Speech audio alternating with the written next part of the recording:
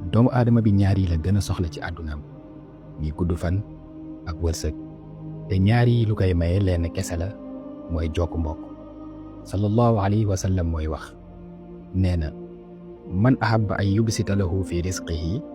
képp koo xamante ni da nga bëgg yàlla tàllal sa wërsëg wa yansa lahu fi asarihi da nga bëgg yàlla guddal sa fan lool ba lépp loo def mu barke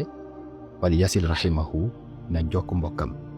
ki lay fekk ci jotaay nga toog mu nuyu ñëpp romb la fexeel ba booy nuyoo na nga commencé ci moom waaye boo demee bay maye xoolal lu gën a rafet ci may ga nga may ko au lieu nga nekk fii naan ku ma bàyyi la kenn ëpp ma fulla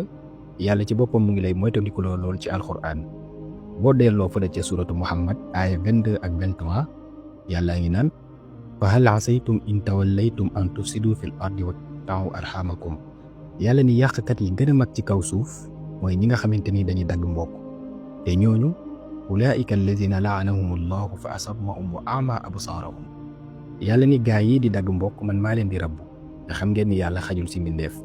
waaye man maay muur seen xol ak seen gémmiñ ba nga xamante ni duñ dégg lu baax wala ñu wax ko. mbokk alalu yàlla la yàlla ni képp ku ko jokk man dinaa la jokk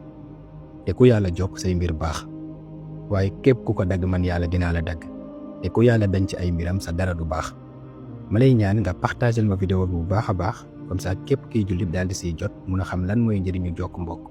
amaana am na ku xuloo woon ak moromam bu seetaanee vidéo bi mun na ko jëriñ donc yow mii di seetaan vidéo bi dama la koy ñaan soo amee koo xamante ni da ngeen xuloo te mu nekk sa mbokk